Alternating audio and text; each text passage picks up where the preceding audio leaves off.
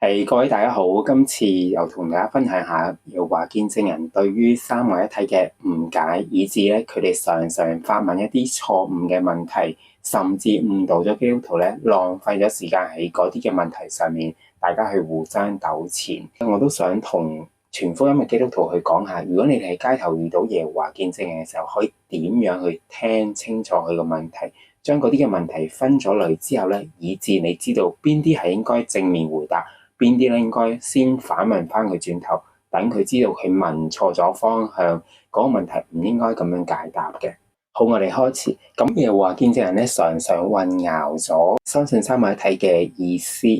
我哋將聖經入邊所關於天父、關於耶穌、關於聖靈嘅真理咧，總結成為叫做三位一體。個意思就係世上只有獨一嘅主宰、獨一嘅靈，上帝係以靈存在。係嗰位嘅創造主，耶穌基督係上帝同上帝同等嘅本質，係講緊咩意思咧？係講緊佢喺降生以前，佢已經係永恆者嘅，佢嘅生命沒有開端，沒有結束，係指緊佢未降生為人之前，創造主點樣去同耶和華見證人去講，佢哋會明白咧？其實簡單講，佢哋係唔會明白。亦都因為佢哋嘅教會嘅洗腦咁多年以嚟咧，佢根本聽唔入去啊！所以咧，我哋唔好諗住透過幾分鐘、個半個鐘頭大家嘅對談，可以令到佢覺得佢會突然間覺悟前非，唔係咁樣。而係咧，我想先去拆解一下佢哋當中有啲咩嘅謬誤，同埋佢哋嘅思維本身有邊啲位係過唔到自己。以至咧，你點樣同佢講，其實佢收唔到啊！當你基督徒話俾耶和華見證人聽，我哋相信三位一體嘅時候咧，耶和華見證人第一個感覺，哦，你相信天父即係耶穌本身啊嘛，或者耶穌就係天父咯。其實呢個係一個好大嘅謬誤。我哋從來三位一體咧冇主張過天父同耶穌係同一個個體，但係耶和華見證人每次只要你話你信三位一體，佢哋就會立即。既然天父同耶穌係同等，即係同一位咯。天父即係耶穌，耶穌即係天父。原來你哋係翻三位一體嘅教會嘅信徒係咁樣理解。佢哋首先係曲解咗呢一樣嘢，然之後咧去基於對呢一個錯誤嘅前提之下，就加鹽加醋，亂咁講，又話見證人係不斷去攻擊三位一體嘅信仰，話啊呢個係魔鬼嘅道理啊，係嚟自巴比倫嘅信仰啊，係假噶，係鬼魔嘅大話嚟噶。甚至話呢種咧就係褻瀆上帝嘅行為，其實呢啲都係無中生有、造謠生事嘅耶和華見證人。請咧，如果你係耶和華見證人，或者你係跟緊耶和華見證人老師嘅學，你分辨清楚，當耶和華見證人話三位一體唔啱嘅時候咧，其實佢係基於一個錯誤嘅前提，一個扭曲咗嘅唔係事實嘅三位一體，然之後加以攻擊。踩低，跟住再抬高耶和華見證人自己嘅價牌。我哋唔相信三位一體㗎，我哋從來唔係咁樣信㗎。我哋嗰套就係聖經啦，你跟我哋就啱啦。其實呢個係一個好錯嘅一個基礎。如果你嘅信仰建基係咁樣嘅耶和華見證人喺根基上面咧，係一個好危險嘅事情，因為根本唔係聖經嚟嘅。耶和華見證人嗰個嘅謬誤其實發生喺邊度咧？就係佢哋咧好多時咧會引用咗好多嘅經文話，耶穌都話父親是比我大的，約翰福音14章28節，甚至咧復活嘅耶穌都係話我要升上去見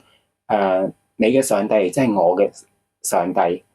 你嘅父即係我嘅父。佢哋認為如果耶穌本身係上帝嘅時候，佢話佢之上仲有一個上帝，咪即係上帝之上仲有上帝。佢哋用呢啲錯誤嘅假設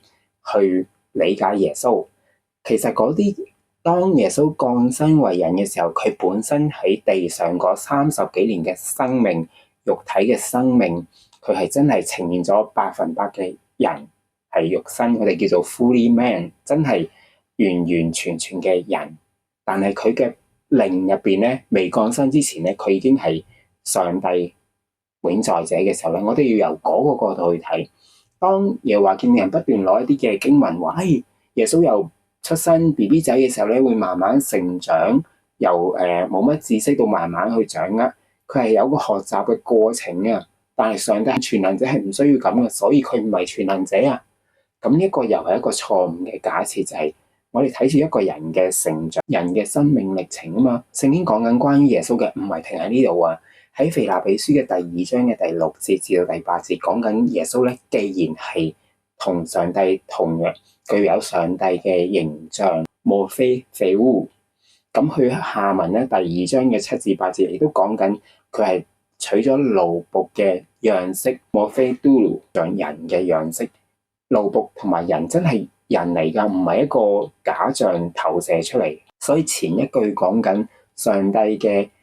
樣式莫非非烏，所以經文話佢係以上帝嘅形態存在，但係從來冇去奪取上帝同等個位置。佢降卑成為人嚟到地上，佢服從上帝，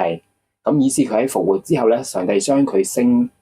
為至高。保羅喺腓立比書第2章嘅第10至11節咧，因耶穌嘅名咧，眾膝都要跪下，眾口都要宣認耶穌基督是主，要歸榮耀俾父上帝。呢度引用嘅經文咧，眾膝都要跪下，眾口都要宣認他是主，引用緊以賽亞書45章23節，宣認嘅對象、跪拜嘅對象係耶和華。點解使徒保羅喺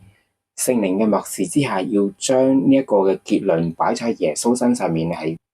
用口宣認、用膝跪拜嘅耶和華，去到新約嘅時候就要將呢一種嘅尊崇歸喺耶穌身上喎。咁樣做係點啊？2章11節嘅結尾話，要將榮耀歸俾父上帝，呢個係天父嘅心意啊！好多時咧，耶和華見證人咧都好中意咧去話，約翰福音1章18節話，從來沒有人見過上帝，只有喺父懷裏嘅獨生嘅神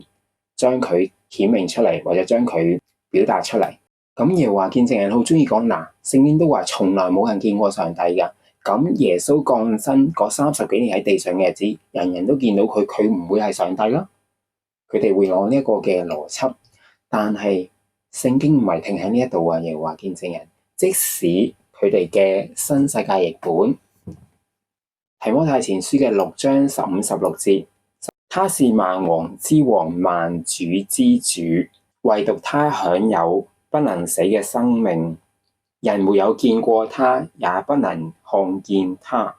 他是萬王之王、萬主之主，喺新世界譯本。嗰個串珠經文係啟示錄嘅第17章嘅14節，仲有啟示錄嘅第19章16節。而唯獨他享有不能死嘅生命咧，其實都係指向緊耶穌基督，就係希伯來書7章15、16節。跟住人沒有看見他，也不能看見他，都係指向緊耶穌基督，係約翰福音14章19節、彼得前書3章18節。耶和華見證人會講，約翰福音1章18節話，從來冇人看見上帝，但係耶穌傳道嘅時候，人人都看見佢，佢唔會係上帝啦。但係聖經經文亦都話俾我哋聽，人沒有看見他，也不能看見他。耶穌當代嘅人的確肉眼看見耶穌，但係聖經話緊，人沒有看見他，也不能看見他。新世界譯本係指向耶穌基督嘅。咁證明緊乜嘢咧？就係其實聖經講緊人看得到，憑肉體望得到嘅係肉身嘅耶穌基督，但係呢度講緊係耶穌嘅裏邊嗰個靈係冇人看得到，亦都冇人能夠看見啊！呢個係咩嚟㗎？呢個就係耶穌喺降生以前一直以永恆者嘅身份存在。呢個係耶和華見證人冇辦法抵賴，亦都冇辦法自圓其說而去抹殺咗耶穌嗰個嘅神性，佢同上帝同等嘅本質。好，我哋都簡單總結一下。好多時咧，耶和華見證人咧會用好多片面嘅內容，集中咗去引述一大堆關於耶穌基督在地上嘅生命嘅呈現，佢喺傳道期間所講過嘅言行，用一啲佢係以人嘅身份去施行教導呈現出嚟嘅一啲特質，甚至係人嘅限制，只唔能夠知道嗰日係幾時啊等等嘅呢啲嘅例子，去表達耶穌唔可能係上帝，但係佢哋同時咧係忘記咗去同步提及聖經入邊講緊另外一啲嘅經文，亦都指向緊耶穌嗰個不可測、不可知嘅特性，亦都將聖經入邊咧話緊耶穌基督係同耶和華相提並論嘅經文咧，亦都一一嘅抹殺。呢個就係耶和華見證人去反對三位一體嘅時候嗰個漏洞，佢哋咧係特登講一啲嘅經文，但係忽略咗另外一啲嘅經文，